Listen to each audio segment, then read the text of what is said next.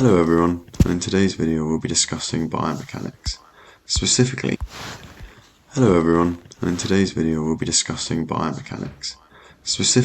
angular motion and its applications within sports.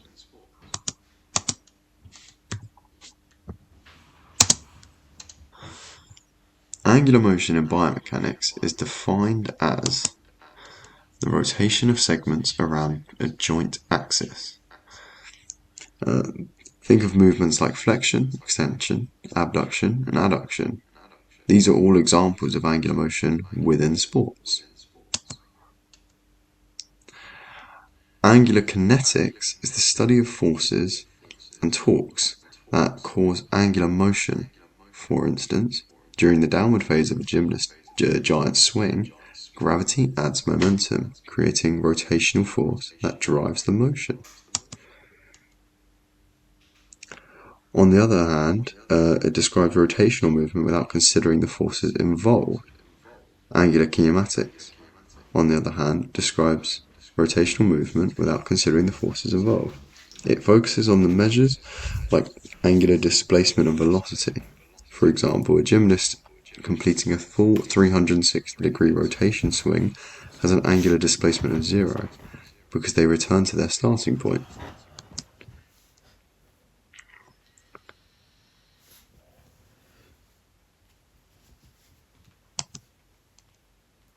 Now let's move on to planes and axis. Planes are an imaginary flat surface that sports scientists use to divide the body into sections, which then movement should occur parallel to these surfaces. There are three types of primary planes.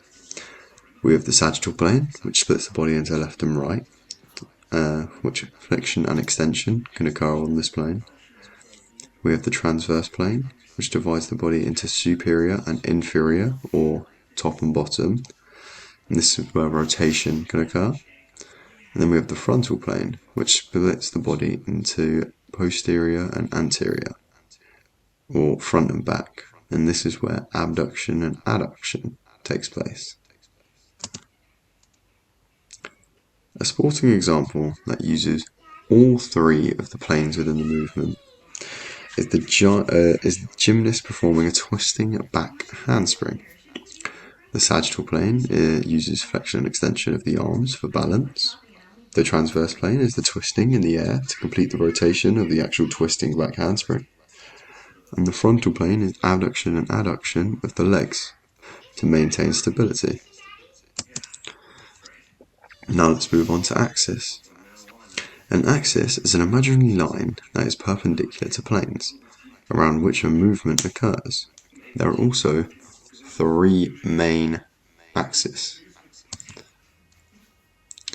The three types of axis is the longitudinal axis, which runs from head to toe, which aids in rotation, or through the head and throughout the whole body, downwards.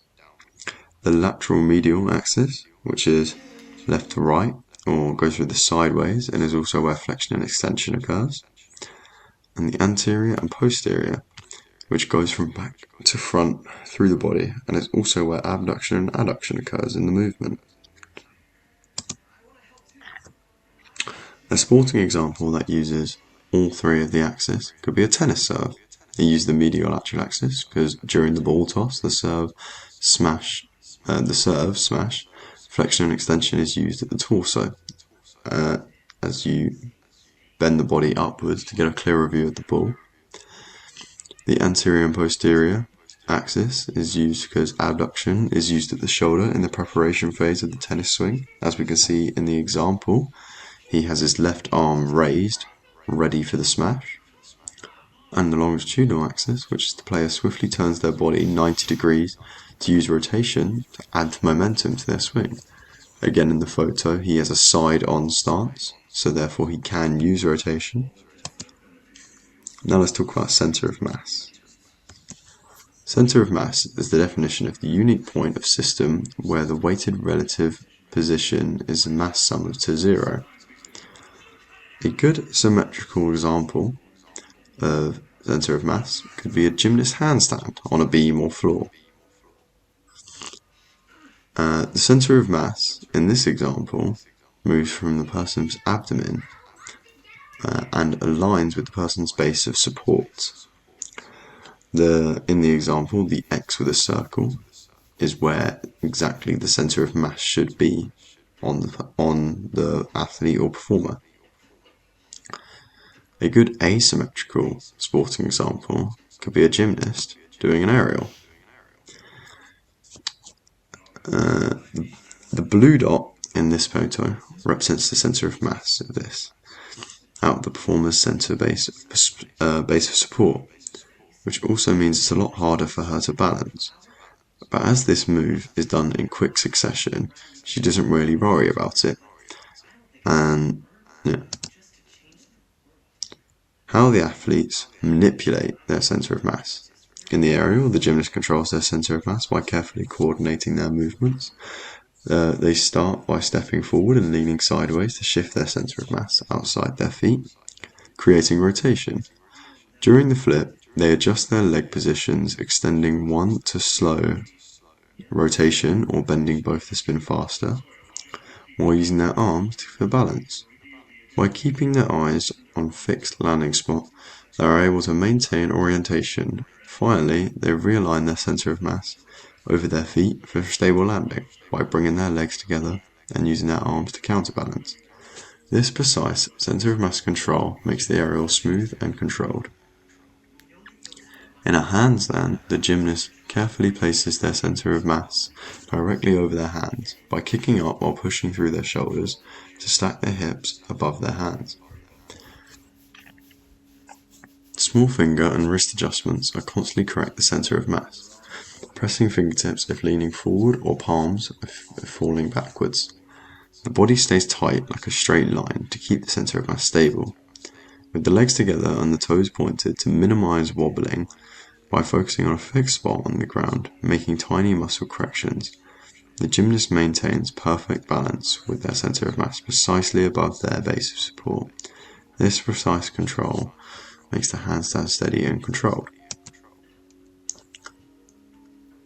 How they're both related. Both an aerial and a handstand have underlying principles of production of angular motion, but through different biomechanics mechanisms. For the handstand, angular motion is minimized through precise alignment of centre of mass. Straight alignment of the gymnast maximizes the moment arm between support surfaces, which will be their hands during that movement. And the centre of mass, corrective torques of only small magnitude, which like their finger and wrist, are necessary to counter unwanted rotation. It is a position of controlled statics, where a goal is prevention of the angular motion. Conversely, or to oppose, is the aerial produces angular motion by design through intentional centre of mass displacement. The initial sideways lean and leg drive establish an off-centre of mass relative to our support foot, producing a movement arm that creates a rotational torque needed. During flight, angular velocity is controlled by varying movement of inertia and extending limbs to decrease rotation or tucking to increase rotation. According to the conservation of angular momentum principle, the arm motion function as rotation controllers and asymmetric positioning generates or resets unattended twist. Both skills utilize identical physical principles but apply them in different ways. The handstand prevents angular motion through optimal alignment and perpetual micro-corrections, which are just small adjustments throughout the whole movement, while the aerial relies on deliberate centre of mass movement to produce and regulate the intended turn. This does the following. It illustrates the manner in which gymnasts are taught to both prevention and creation of angular motion through centre of mass control. In summary, most movements within gymnastics are completely different and vary from movement to movement. Therefore, some movements will require you to manipulate your centre of mass by controlling it and varying its position, whereas other movements might need you to keep it completely still and control it while you maintain a base and keep it within your base of support. Now let's move on to stability. Stability is the ability of an object or an athlete to maintain equilibrium and resist disruption from external forces. This was written by Blaise Ick from 2010. The factors that affect stability is the base of support, which we've discussed from earlier. This is the wider the base, the more stable someone is. And the center of mass. The lower down the center of mass towards the floor, the more stable something or someone is. An example of stability could be a sumo wrestler. Sumo wrestlers adopt a wide stance at the beginning, so they can widen their base of support, and then can resist pushback from other wrestlers easier.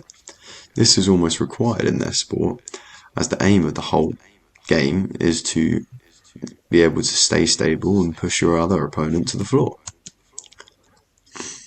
Although an opposing example could be back handspring. The back handspring sacrifices stability and momentum, demanding for flawless center of mass control during the movement and the landing. How to manipulate stability, or manipulating stability. Sumo wrestlers like to increase their stability. Sumo wrestlers maximize their stability by adopting a wide stance, expanding their base of support, and bending their knees to lower their center of mass.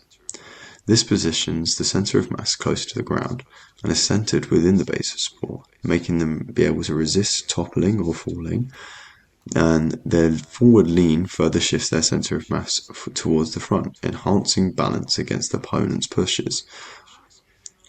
And the back handspring decreases stability. The back handspring sacrifices stability for momentum. During the skill, the center of mass shifts from the hips takeoff above the shoulders when inverted, momentarily leaving the base of support. The narrow hand and foot placements demand precise center of mass realignment upon landing. This controlled instability allows dynamic movement but requires perfect technique to avoid falls. Now let's move on to types of levers. The first class lever is the fulcrum is in the middle. A second class lever is the load is in the middle. And the third class lever is the effort is in the middle. The fulcrum, the parts of fulcrum. The fulcrum acts as a fixed hinge, and in the example of a bicep curl, this allows the forearm to rotate around the elbow during the curl. The effort is the force or thing that actually applies the force. In this case, in the bicep curl, it would be contracting to lift the dumbbell against gravity. And the load, which provides resistance or the effort to overcome. In this, it would be the bicep having to flex harder, or it could be the weight. The lever arm transmits the force from the bicep to the load, and it would be the radius and the ulna. Now let's move on to a second class lever. An example of this could be in the running start off.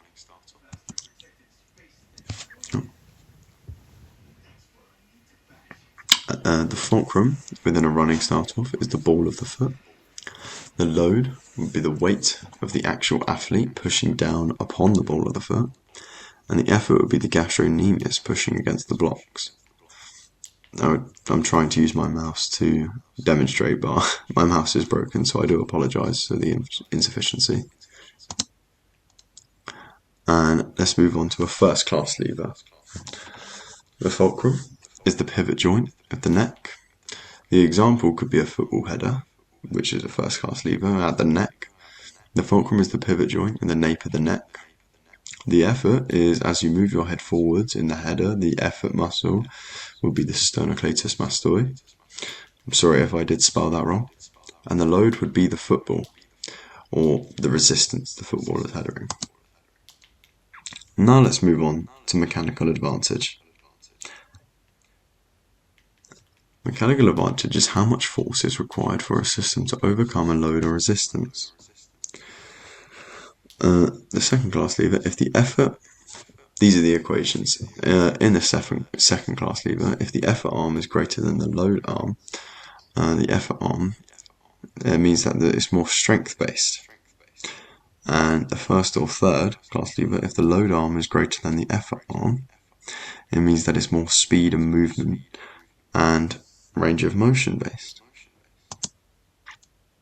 How to calculate mechanical advantage? Mechanical advantage is equal to effort arm length divided by load arm length, or it can be input distance divided by output distance.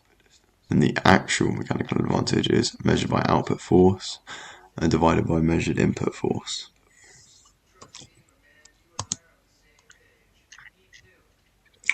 Let's look at an advantage for a sprint push-off. The fulcrum would be the ball of the foot, and the load would be the body weight of the ankle. The effort would be a calf muscle. I've given some brief, varied range of numerical results. So therefore, the mechanical advantage would be the load arm divided by the effort arm, which is 2.3 divided by 0.5, which is 4.6. The mechanical advantage is higher, so it's more strength advantage for explosive push-off. The implications of this is that there's plus strength, which lifts the body weight efficiently, though the deficiency of this would be the speed and range of motion is shorter. Now let's look at the disadvantage. Just because it is phrased as the disadvantage doesn't mean it's actually bad. Within mechanical advantage, saying disadvantage refers to it being more speed of motion and range of motion base. The lever components would be the fulcrum. In a baseball swing would be the shoulder joint. The effort would be the rotator cuff and the deltoid muscles. And the load would be the bat's resistance at impact, or when the ball makes connection with the bat. To figure this out, we need to do mechanical advantage, which is effort arm divided by load arm. If we put in the digits from my equation, we'll do 0.05 divided by 0.8, which is equal to 0.0625. This makes it a disadvantage for force, but it maximizes the bat speed. So the implications of this will be speed and range of motion, but for the long load arm, faster bat head acceleration, which is good for this type of during sport. And it'd be the negative would be the strength, which requires high muscle force to overcome small mechanical advantage. Now let's look at torque within sports. The definition of torque is the rotational force generated when a force acts at a distance from an axis. The turning effect in sports. Let's use a baseball swing as another example. Force applied would be 40 newtons by the hand of the bat handled.